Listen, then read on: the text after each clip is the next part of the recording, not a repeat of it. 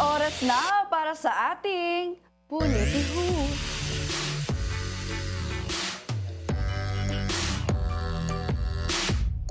Politiho. Itong opisyal ng gobyerno na lumalaban sa IG influencers at Nepo babies ang atake sa fashion. Sino nga ba yan, Meiji? Eto, George.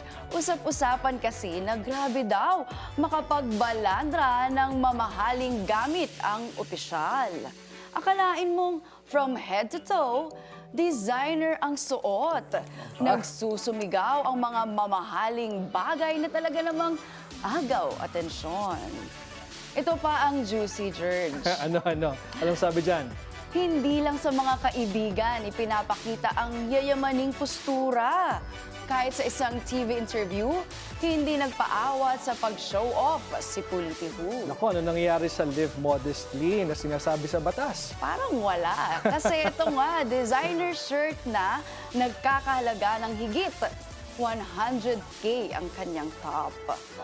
Habang nakasuot rin ng diamond na hikaw at singsing na confirmed na hindi puwit ng baso.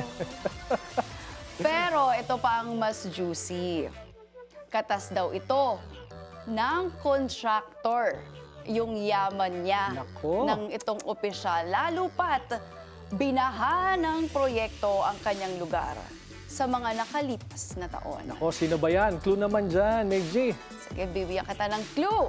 Ang Politiho ay target lock na ang posisyon na puntirya sa 2028 elections. Nako, ang sabi nga, di ba, Meiji, is dapat umakto sila batay sa kanilang sinasweldo. At hindi naman milyon ang sinasweldo kada buwan ng mga politiko natin. Nako. Ayun na, kaya di umano kickback see. from head to toe. Tingnan natin kung anong magiging, at kung magiging part yan ng mga investigation ng ating mga investigating bodies.